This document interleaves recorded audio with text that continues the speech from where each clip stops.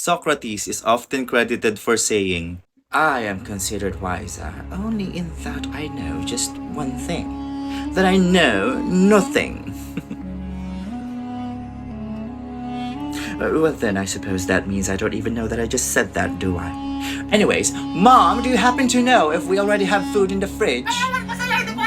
You've got to be joking! How could you not know that? This is well known as the Socratic paradox or Socratic skepticism. Unfortunately, in many cases, this is taken out of context, especially by people who want to propose hard skepticism o yung idea na wala talaga tayong pwedeng malaman na kahit ano. First and foremost, this is not an actual quote from Socrates. Remember na walang sinulat na kahit anong aklat ang lolo mo. In fact, some scholars even question his existence kasi ang tanging source lang natin sa life and philosophy ni Socrates ay yung mga sinulat ng estudyante niyang si Plato about sa kanya. Sa totoo lang, ang closest quote na pwede nating i-produce na may connect doon sa Socratic paradox ay yung makikita natin sa aklat ni Plato na Apology doon sa section 21D kung saan sinabi ni Socrates ang mga sumusunod.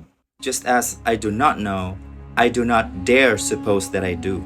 I am likely to be a little bit wiser than the other person in this very thing, that whatever I do not know, I do not even pretend to know. In other words, kung hindi mo alam, wag kang umastang alam mo. The point is that you must begin your investigation with the assumption of ignorance, that you may not have all the answers yet.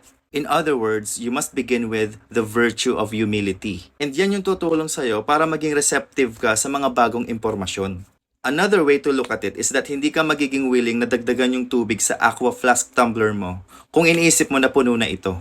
We all have preconceived notions and biases. May kanya-kanya kasi tayong worldview na nagsisilbing lente na suot-suot natin whenever we interpret reality. And most of the time, hindi tayo aware na nakakaapekto pala ito sa mga conclusions na ginuguhit natin out of data and facts. For more info on what constitutes our worldview biases, diniscuss ko yan sa previous video ko na Philosophy 101 in less than 10 minutes. Check it out if you have time. Now, realistically, hindi talaga nating maiiwasang isuot yung ating mga worldview lenses whenever we look at reality. No one can be absolutely neutral. No one can stop having biases. Pero if we will take Socrates' advice, kailangan tayong maging willing and ready na kilalanin, harapin, at questionin even yung mga deeply held worldview biases natin. That's why, posible pa din na mag-shift yung worldview natin. Ang tawag ng mga philosophers sa phenomenon na yan ay deconstruction, paradigm shift, or in biblical terms, repentance. Sa halip na magsimula ka sa, "Nako, alam ko na yan, supporter ka kasi ni ano, kaya wala kang tamang sasabihin."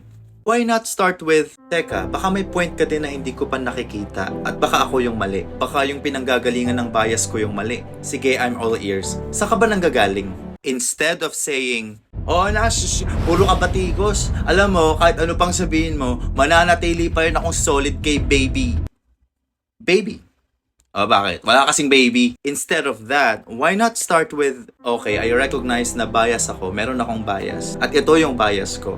But I'm willing to offer my biases to the table for inspection. Some of my biases could be wrong. So, pwede bang pasilip sa lente ng viewpoint mo? I wanna discover kung anong nakikita mo sa lente mo na hindi ko nakikita sa lente ko."